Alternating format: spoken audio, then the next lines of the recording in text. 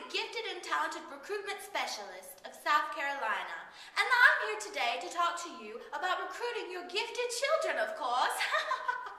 The big question is, how do you know if your child's gifted and talented? And if so, how do you go about getting them admitted into a program? Listen up, because I'm about to give you the scoop. The student must have well above average tendencies and all the following abilities. Please remember as I go over this list that if your child has these abilities, that does not necessarily make them gifted. This means that they will be placed in the target population to begin gifted testing. They must have general ability. Students would have high levels of abstract thinking, verbal and numerical reasoning, in other words, very smart. Specific ability. These students will become leaders, administration, and artsy-fartsy grown-ups like me. Students will be able to use advanced amounts of formal language, technique, logistics, and other areas of performance. They also must have task commitment. These students will have high levels of enthusiasm and involvement in a particular area of study. Creativity. It's all about fluency, flexibility, and originality of thought.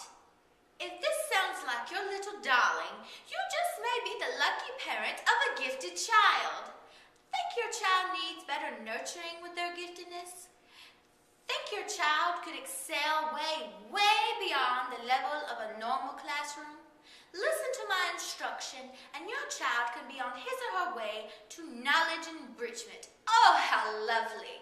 Remember, knowledge is power. If you're wondering if your little chicklet is brilliant enough for a gifted program, the first step is screening. The following students are automatically screened. In all public schools, children enrolled in the 2nd grade, and all nominated children in 3rd through 12th grade.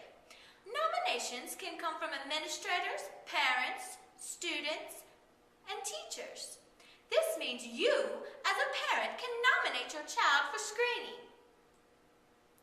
All children with high census aptitudes and/or achievement scores are screened.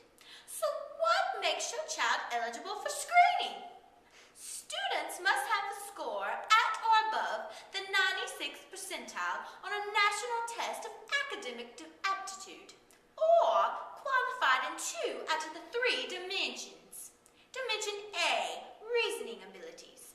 This criteria is 93% or better on a verbal, linguistic, or nonverbal, aka math, on a national test. Dimension B, high achievement in reading or math. Your child must complete in the 94% or better on reading comprehension on a test such as MAP or PASS. Dimension C, intellectual academic performance. 2nd through 5th graders must qualify on a test called Project STAR. For 6th grade and above, the students must have a grade point average of 3.75 on core subjects in a yearly average. Whew! Was that a mouthful? If you feel your child is different, and not in a weird way, you are not alone. In fact, your child may just be gifted beyond his or her years. Many parents are faced with this situation, so do not worry, darling.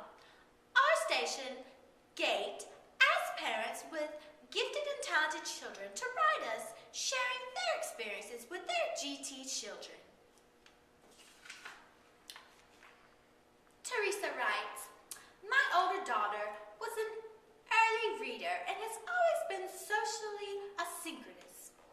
Her preschool teacher told me in the spring when my daughter was a few weeks past 4 that she really appreciated and was amazed by how our daughter dignified the answers of other children.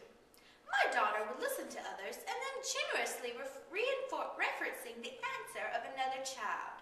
She would extend their thought into another realm of level of concept.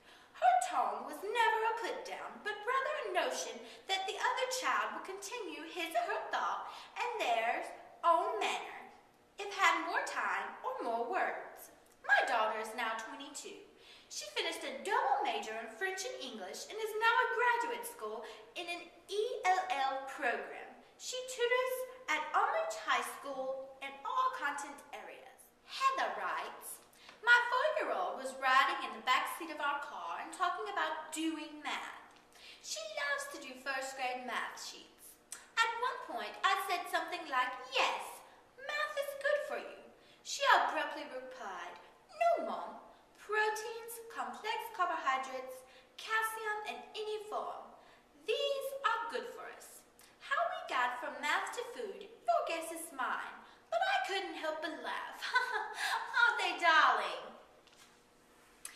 Does this sound like you?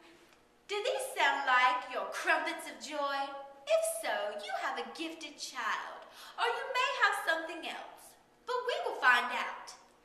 Well, this has been a pleasure. Please encourage your children to do well on those tests.